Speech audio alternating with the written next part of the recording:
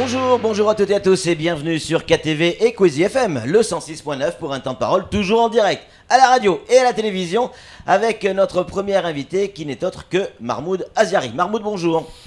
Bonjour Patrick, bonjour Samuel, bonjour Flo. Merci d'avoir accepté notre invitation. On vous a demandé de venir ce matin pour aborder un sujet délicat et compliqué. On va parler de la religion et notamment des dangers qui veillent, des dangers qui guettent Mayotte plutôt, la radicalisation. Alors, on l'avait déjà évoqué dans nos différents journaux avec des annonces, des contacts et des entretiens qu'on avait pu avoir avec certaines personnes. J'ai envie de vous poser une question toute simple, Mahmoud Aziari. Est-ce que, pour coller à l'actualité également, est-ce que Mayotte peut être concerné par des événements tels qu'ils se sont passés en métropole? Est-ce qu'il y a danger à Mayotte? Mais absolument. Absolument, il y a danger à Mayotte. Et avant que cela ne survienne à Paris, nous avions commencé dans le petit événement dit de Doujani à Mtsapéré à alerter les autorités à Mayotte. On en a parlé avec le Grand Kadi pour commencer à analyser les relations entre cet événement de Doujani et ce qui peut se passer, ne serait-ce qu'en Afrique, avec les Chebab, Boko Haram, etc., sans parler après de l'État islamique, d'Al-Qaïda, pour parler un peu de la théorie derrière tout ça, qui pourrait, même théorie, peut déboucher à la même pratique. Qu'est-ce qui s'est réellement passé à Mayotte? Est-ce qu'on peut revenir déjà sur l'épisode Doujani? Parce qu'on a reçu quelques SMS de gens qui nous disent « Réexpliquez-nous ce qui s'est passé à Doujani, en quelques mots, en une petite phrase. Qu'est-ce qui s'est passé à Doujani ?» À Doujani, c'est simple, ça fait longtemps que nous, on sait que ce groupe qui est dans le salafisme et dans le wahhabisme essaie d'avoir des bases. Ouais. Alors, ils sont un peu partout à Mayotte, il faut le savoir. Et tous les gens qui m'écoutent le savent. À Ndema, à Boueni, à Mzouazia, ils sont passés à Barakani, à Tchevani, etc. Sangamouji aussi. Msangamouji, à quoi? Tous les gens qui m'écoutent là le savent. Pratiquement une personne sur deux, une personne sur trois qui m'écoute à Mayotte connaît une histoire de ces gens-là. Escroquerie dans les villages, viol, etc. Des jeunes femmes qui se marient de force et à qui on explique que ceci est un ordre de Dieu. Aujourd'hui à Mayotte. À l'époque où on vit, il y a encore des mariages forcés aujourd'hui à Mayotte. Il y a des jeunes filles qu'on marie et ça, elles ne peuvent pas refuser parce qu'il semble que ça, c'est un ordre de Dieu. Il y a... et tout ça, le cachet unique, c'est, il paraît, le vrai islam. Le vrai islam. Selon eux. Selon eux, ce qui veut dire que tout ce qu'on pratique, tout ce qu'on a pratiqué jusqu'ici est un faux islam. À Mayotte, il y a plein de gens qui débarquent. Ici, on ne sait pas d'où ils viennent. Ils viennent s'installer dans un village et quelques personnes du village l'aident à se faire passer pour un oustad. Il est le gars qui va enseigner l'islam et en plus, la plupart du temps, il va dire qu'il va enseigner le vrai islam. Il y a des gens qui vont faire des courses pour le nourrir. Il ne travaille pas, il ne fait rien. Alors, certains, on ne sait même pas comment ils font pour après avoir une carte de séjour, sans travailler, sans avoir rien. Certains ont des papiers, arrivent à avoir un papier français, paraît-il. Je n'en connais pas personnellement, mais on me raconte. Donc, Doujani, qu'est-ce qui s'est passé? On connaît toutes ces histoires. On ne sait pas résoudre le problème. Vous avez vu ce que vous avez appelé milice, mais qui n'est pas une milice. On l'a fait à Mtsapéré parce que les pouvoirs publics n'ayant pas pu faire tout le job, on s'est dit il faut qu'on y aille. Heureusement, on travaille encore avec eux, avec le procureur, la police, etc. Quand les gens sont venus à Doujani, c'était symbolique. Alors les gens se moquent de moi. Moi, je sais, je suis de Mtsapéré, les gens de Mtsapéré sont prétentieux, etc., etc. Mais je persiste à croire que Mtsapéré a quelque chose de symbolique à Mayotte et que ces gens aient leur base à Mtsapéré, pas loin de la grande mosquée de vendredi de Mtsapéré, était symbolique. Le jour où ils ont fait leur prière de vendredi, ils sont venus de partout de Mayotte. Et ils l'ont fait à Doujani. À Doujani. Ouais. Donc ils avaient déjà leur base. Ils ont toujours besoin d'une base pour opérer. Et là, ils ont des bases dans des mosquées qui se construisent plus ou moins à l'improviste. Mais là, ils croyaient avoir une base, bien qu'ils aient déjà été chassés de certaines mosquées de Mtsapéré. Mais là, ils croyaient vraiment avoir une base. Et ils étaient venus s'approprier une base. Et pourquoi est-ce que le président de l'association de cette mosquée, qui a été quelqu'un qui a toujours vécu à Mtsapéré, qui a été un élève de Cheikh Ahmed Solly, mon oncle, et ils sont arrivés à complètement, comment dire, le prendre dans leur filet. Le jour où on a voulu les chasser, lui, il a failli se suicider. Il a dit, je vais me suicider, mais je n'accepterai pas que ce Foundi, quelqu'un d'important, on le chasse de cette mosquée. Tellement lui-même était déjà dans ce fanatisme religieux très dur. Ça a été compliqué de discuter avec lui. Et le jour où j'étais avec 3 autres personnes de Mtsapéré discuter avec lui, il a dit, il n'osera pas discuter avec nous, il faut que ces gens soient là. Ils sont venus à 2. Et là, j'ai compris, parce qu'à un moment donné, le gars regarde Rifai, et puis il lui dit, elle me dit à moi, maintenant qu'il est entré dans le vrai islam, alors que Rifai, c'est quelqu'un qui a dépassé 60 ans, et probablement entre 60 et 70 ans, un peu malade, qui a pratiqué depuis très longtemps, qui a même été imam, qui a été imam à la mosquée de Mbalamanga, et on dit que c'est maintenant qu'il est entré dans le vrai islam.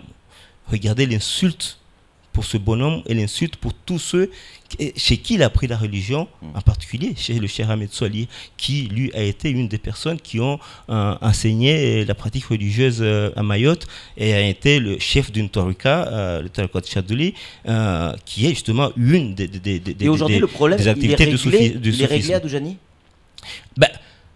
Il est réglé. Il paraît que j'ai entendu El Mamoun dire qu'ils étaient allés demander pardon au grand cadi. Je ne crois pas, je crois que c'était de la foutaise. Oui. Il ne croit pas en lui, il ne croit pas à ces gens-là, mais ils veulent gagner du temps. Ils savaient que Mtsapéré, on allait passer à quelque chose de violent. On l'avait annoncé à tout le monde que s'ils ne partaient pas, on allait être violent. Ce jour-là, la police nationale. Romain, en fait, hein. Bien sûr, mais ce jour-là, la police nationale n'est pas arrivée sur les lieux, mais la police municipale était là. Mais nous, on avait décidé qu'on allait les déloger, mais pratiquement manu militari. Une question, Mahmoud Aziari, vous êtes retourné vers l'État. Vous avez rencontré les autorités de l'État ici à Mayotte, en l'occurrence la préfecture, pour demander un coup de main. Qu'est-ce qu'on vous a répondu? Mais d'abord, il faut savoir, il y a beaucoup de gens qui m'écoutent et puis qui me disent, mais il n'est pas religieux, il n'est pas, mais qu'est-ce qu'il fait là?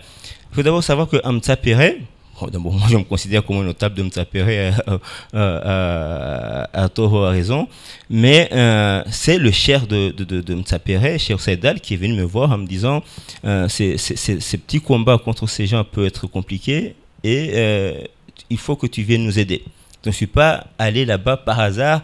Si des gens sont tentés encore une fois de faire des rapports sur moi pour me présenter comme quelqu'un qui est toujours dans des endroits où il y a des problèmes, c'est pas ça. Parce que vraiment, les habitants de Mtsapéré, en particulier les Cheikh Saïdal, est venu me voir en me disant, c'est vrai qu'il y a là-bas un problème religieux, mais ça va prendre des dimensions un peu compliquées. Il faut que tu sois là pour aider le village, et c'est ce que j'ai fait. Donc on est dans tout ce processus-là, aller voir le préfet, mais on a été reçu par le directeur de cabinet, qui, lui, je suis désolé de le dire, mais n'avait pas a priori tous les éléments. Ce qui veut dire qu'à Mayotte, probablement, on ne le dit pas, ou ça n'a pas été fait, mais j'ai l'impression que ça n'a pas été fait.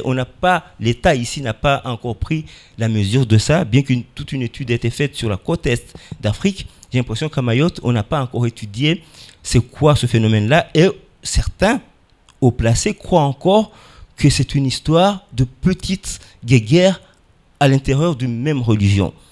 Or, les faits montrent que ce n'est pas une guéguerre. C'est le fait qu'au départ, ce salafisme de prédication au moment où c'est passé par les armes, avec ce qu'on appelle les salafistes djihadistes, et que ces gens-là sont souvent recrutés dans des terreaux où il y a des petits délinquants, etc. Et les petits délinquants à Mayotte, on sait que ça s'est développé, il y en a plein à Mayotte, dans ces taudis. Alors le danger est là, pire que dans les banlieues de la France métropolitaine, parce qu'ici, ces gens-là sont encore plus désœuvreux, ils n'ont même pas de papier, ils n'ont rien, ils sont obligés de cambrioler, etc. Et passer du cambriolage avec un couteau, avec peut-être demain un petit revolver, un petit pistolet, peut-être demain avec une Kalachnikov, mais passer du petit cambriolage à ces niveaux où on commence à utiliser les armes pour dire je vais descendre tous ceux que je considère comme des ennemis, et c'est pas compliqué de leur faire passer ce qu'on veut pour des ennemis, alors ce danger-là existe. Mais aujourd'hui, qu'est-ce qui se passe déjà à Mayotte? Je le disais, escroquerie, c'est cambriolage, ces mariages forcés, ces filles dans des madrasas qui sont violées, mais qui doivent être consentantes parce que c'est l'ordre de Dieu. Combien sont connus, et beaucoup de gens peuvent témoigner, après ont pris la fuite. Ils sont passés de nos stades accueillis avec la madrasa connue, et quand ils ont fait leur méfait, ils se sont tirés. On les a plus jamais revus. On m'a même dit qu'il y en a un, il est parti en juin, et puis il était grand comorien. Les Anjouanais, sachant qu'ils avaient fait à Mayotte, ne voulaient pas l'accueillir. Ils ont commencé à le battre, parce qu'il faut savoir qu'à Mayotte, on plaisante, mais en juin et en Grande Comore, on ne plaisante pas avec ces gens-là. Et on m'a dit après qu'il allait à Moroni, il a subi la même chose. À Mayotte, il y a plein d'exemples comme ça, et je sais que tout le monde le sait. J'ai entendu Mansour Kamardine le dire ici sur vos antennes, mais d'une phrase. J'ai entendu Douchina le dire ici, encore une fois, d'une phrase. Et partout où je suis, dans les cabinets médicaux, quand je discute avec mes collaborateurs à la CIM, dans les équipes, dans les terrains de foot, j'entends des tas d'histoires. Et tout le monde semble fermer les yeux pour ça, comme si c'était une honte à l'intérieur de notre religion, alors que pour moi, quand ça sort de là, ce ne sont plus des gens qui sont dans la religion, ils sont en train de pervertir la religion, et il faut régler ce problème. Mais à la fois pour la religion et pour notre société. On a discuté, j'ai personnellement discuté avec différents services qui travaillent sur le dossier du terrorisme, et notamment ici, à Mayotte. J'ai discuté également avec des autorités, que ce soit au niveau national, mais ici également sur le plan local. Et on nous dit tout le temps la même chose. On nous dit, mais on n'arrive pas à avoir de vraies informations. On a l'impression que les gens qui savent, notamment vous, Mahmoud Aziari, nous donnent pas les bonnes informations. On a l'impression que c'est quelque chose qui doit se régler entre eux, et que nous, on peut rien faire parce qu'on n'arrive pas à avoir les infos. Tout le monde semble être au courant de tout, mais quand on met le doigt sur un problème, on dit rien. On se tait et on essaie de régler ça entre nous. Il n'y a pas un problème? Pourquoi ne pas plus collaborer avec les services de renseignement, les services du renseignement intérieur, des gens dont c'est le métier? Non, il faut, ils ont leurs défauts, il faut qu'ils corrigent leurs défauts sans moi. Moi, j'ai une expérience avec eux, ok? J'ai été auditionné 2 fois de suite. Oui. La deuxième fois, mais les gens qui me questionnaient, à un moment donné, j'ai commencé à leur parler de hijab pour leur dire quelles sont les pratiques ici dans lesquelles ces gens peuvent s'inscrire pour commettre leurs méfaits, et me demander, mais c'est quoi ça? Mais c'est un truc quoi? C'est quoi? On lit des versets du Coran? Mais c'est... Puis à un moment donné, j'ai dit, écoutez, ne faites pas une enquête si la base des choses sur lesquelles vous faites une enquête, vous ne comprenez pas. Je ne peux rien vous expliquer puisque vous ne comprenez même pas la base de ça. Oh, la base de ça, c'est quoi? Vous regardez la société mahoraise, et ça, c'est une analyse qui doit être faite par eux. Il y a des gens à la DCRI qui sont des Mahorais. Ils doivent avoir des Mahorais dans certains postes clés d'enquête s'ils veulent comprendre ce qui se passe. Mais s'ils veulent chaque fois faire venir ici quelqu'un qui va rester 2 mois ici, qui va profiter de la plage, et lui donner une enquête comme ça, c'est mal barré. Donc, il faut qu'ils s'organisent, eux, pour avoir des gens qui sont capables d'analyser ça. Ce n'est pas notre rôle à nous. Mais il faut qu'on collabore d'une façon ou d'une autre. Mais ce que je voulais dire essentiellement, c'est qu'ils doivent arriver eux-mêmes à prendre au moins les éléments. Ils savent qui c'est. Ils savent qui sont ces gens. Quand ils ont quelqu'un qui arrive, d'abord, c'est vrai que dans les villes, nous-mêmes, on doit commencer à faire le travail. Quand quelqu'un vient dire qu'il est au stade un Foundi, il faut minimum prendre son CV, son pédigré pour savoir d'où il vient. Parce que par exemple, en juin, là-bas, il était Foundi, ou il s'est créé Foundi ici. Il y a des gens qui étaient dans le groupe de Mohamed Bakar, qui a eu une dictature presque sanglante en juin, et quand ils sont venus ici, ils ont été accueillis comme réfugiés, et la plupart d'entre eux sont des Fundis. Ils enseignent l'islam, alors que là-bas, ils étaient en train d'être avec des dictateurs. Dans ces gens, je vous assure, il y a des gens qui sont allés jusqu'à faire croire qu'ils incarnent l'ange Gabriel, Djibril. Il y a des gens qui croient qu'ils sont dans un tel niveau d'islam qu'ils parlent directement avec Dieu, et il y a des gens qui le croient. Pourquoi ils le croient? Et ça, c'est important que les gens comprennent. À Mayotte, moi-même, j'ai beaucoup d'amis. Chaque fois que j'ai des problèmes, à la CIM, Dieu sait, j'en ai plein. Tout le monde le sait, la CIM elle-même a fait disparaître avec ses conneries de problèmes. Ça, c'est encore un autre monde. Mais des gens me disent, mais non, mais il faut que tu ailles voir tel Fundi dans tel village. Lui, il est efficace. Il faut que tu ailles voir tel machin dans tel village. Et des gens qui ne me veulent pas du mal, qui me veulent du bien. Ils me disent ça. Parce qu'il y a plein de gens ici qui disent que leur doigt, leur demande à Dieu, ils sont plus efficaces pour le faire. Il y a des gens qui sont peut-être en contact avec des anges, je ne sais pas quoi, et des gens ici le croient. Et puisque ici, vous allez quelque part, on vous dit attention, on va vous faire des gris-gris et ça va. On sait, même nos équipes au sport font des choses pour ça. Mais ça vient de quoi? Du fait qu'à Mayotte, on est naïf? Non, on a une culture qui est bantou, qui est un peu animiste et qui a cette part de religion. Et parfois, les gens évoquent les djinns, les chétouans, les machins, etc. Et nous sommes dans ce truc-là. Et ce terreau-là permet à ces gens qui sont, ce qu'on appelle les wagang, qui croient qu'ils amènent une religion, qui sont plus efficaces, qui sont plus écoutés par Dieu, de vous mener dans n'importe quoi, surtout quand vous avez des problèmes. Samuel, une question. Pour avoir discuté avec certaines personnes, nombreuses personnes qui prônent le vrai islam à Mayotte, ils considèrent... Entre guillemets, hein. Oui, alors c'est entre guillemets le ou vrai c'est... islam, non, mais ils parlent du vrai islam.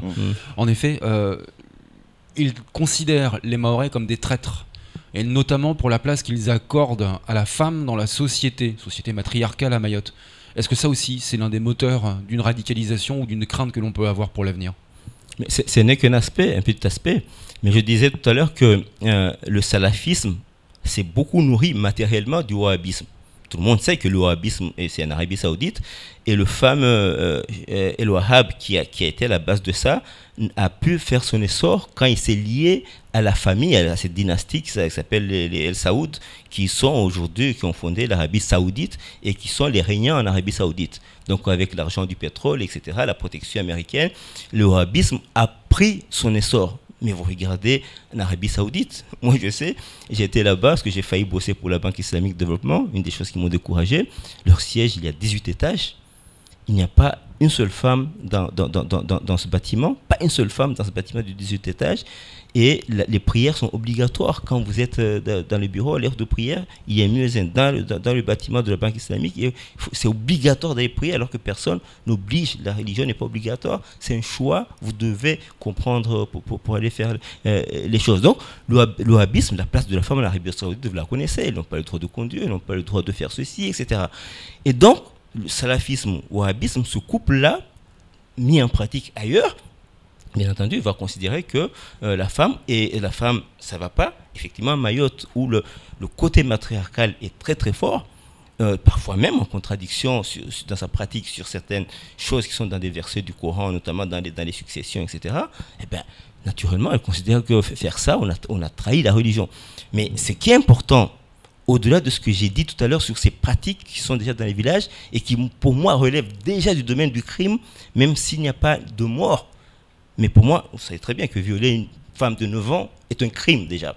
Ces gens, c'est fait à grande échelle et ces gens s'enfuient. On est déjà là. Mais il faut attendre qu'on passe aux armes.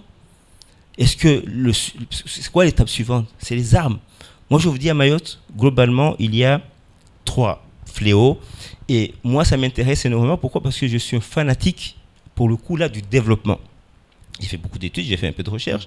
Et je sais que vous ne pouvez pas faire de développement harmonieux si vous n'avez pas la paix et la sérénité. Si vous êtes dans un pays instable tout le temps, vous ne développez pas. La preuve ici, notre santé ne va pas parce que les médecins n'arrivent pas, les investisseurs n'arrivent pas non plus, les enseignants n'arrivent pas, parce qu'il y a une instabilité ici, d'abord de cambriolage, aux agressions, etc. Donc, on a, pour moi, un petit phénomène d'extrême droite qui était l'histoire de la tête de cochon et qu'on trouve parfois chez quelques policiers, chez quelques gendarmes. On l'a vu faire du gire, celui qui a été plaqué au sol, etc. Des gens un peu qui ont du zèle et comme ça. On a cette frange-là qui est un peu petite, mais qui est une petite menace. Ça a été jugé au tribunal, etc. Il y a les cambriolages et les agressions qui sont quelque chose de très préoccupant et donc qui a déjà créé une instabilité.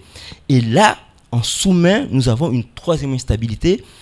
Et cette instabilité-là est beaucoup plus compliquée parce que je considère, moi personnellement, que notre harmonie à Mayotte, au-delà du fait que l'île est magnifique, avec un très beau lagon, pour moi c'est pratiquement un petit paradis, mais que cette religion musulmane faite dans le soufisme, avec ses tariqas, ses daïras, ses majlis, ses poèmes, ses chants, ses qasida, fait la beauté, entre autres, de l'île.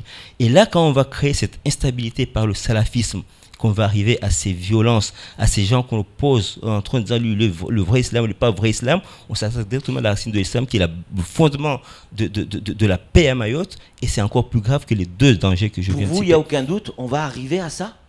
Vous avez une certitude là-dessus? On va arriver à ce degré de violence à Mayotte? On va arriver à ça parce que ceux qui sont à la tête... Ça fait peur ce que vous dites, Mahmoud Azari. Ceux qui sont à la tête, il faut quand même le savoir, la plupart du temps, vous allez regarder un gars qui est à la tête, il va avoir son correspondant au Yémen, il va être en contact avec un gars qui est au Soudan ou avec deux gars qui sont au Soudan. Soit c'est des charlots. Alors, ils sont là juste en train de faire une petite escroquerie, mais l'escroquerie le rapporte gros. En train de se marier, etc., de chercher une noblesse. J'en connais plein. J'ai au moins une liste de moins 7 personnes, rien que de la région de Mamoudzou, Mtsapere, etc. Mais je sais qu'ailleurs, il y en a plein. Mais, au-delà de ça, si ces chefs prédicateurs, qui, eux, utilisent les réseaux sociaux, etc., ont vraiment des contacts après avec le Yémen, avec des gens au Abu Dhabi, au Wahhabistes, au Abu Dhabi, des salafistes, je ne sais pas, au Qatar, ou au Soudan, ou au Nigeria, ou je ne sais pas qui. Alors, il suffit qu'il y ait un ou deux qui aient ces contacts, et qu'un jour, on lui dise, envoie-nous d'autres personnes conformes ici. On ne le saura pas, on ne le saura jamais, et c'est quand ils viendront agir qu'on le saura. Ce qu'il faut, c'est qu'il faut qu'à Mayotte, on prenne la décision d'éradiquer complètement cette pratique du salafisme, ne pas du tout lui donner une place. Du tout. Et dire simplement que voilà, on a ici une tendance qui est une tendance soufie, on se porte très bien avec ça, et on n'a pas besoin d'aller créer une guerre ici de religion qui peut aboutir à... Il nous reste 1 minute, Mahmoud Azari. Vous êtes un musulman, certains diront un bon musulman, pratiquant, très pratiquant. La religion, vous connaissez, même si vous n'êtes pas un religieux. Mais je ne suis pas très pratiquant, enfin, je suis désolé, oui. C'est Dieu qui me jugera. Pratiquant, ça c'est le minimum. Aujourd'hui, vous dénoncez beaucoup de choses. Vous dénoncez des choses qu'on n'a jamais entendues ici sur ce plateau. Est-ce que, honnêtement et franchement, vous craignez aujourd'hui, pour vous, avec ce que vous venez de dénoncer, est-ce que vous risquez quelque chose aujourd'hui? Moi, je ne sais rien. Vous savez, à Mayotte... Mais vous, avec la connaissance du terrain, honnêtement, aujourd'hui, est-ce que vous craignez quelque chose? Écoutez, moi, alors, ça reste encore dans mon intimité, puisque je suis encore sous le coup d'une enquête qui n'est pas close. Mais moi, je considère que je suis déjà passé à côté de la mort. Avec le fameux couteau, aucun article n'a parlé, mais le jour où j'ai attrapé le gars chez moi, il y a eu un couteau. Et c'est que mon PV d'audition est parti, et beaucoup de gens qui l'ont regardé, parce que c'était distribué ailleurs, savent que le gars que j'ai attrapé est un membre de ce réseau-là.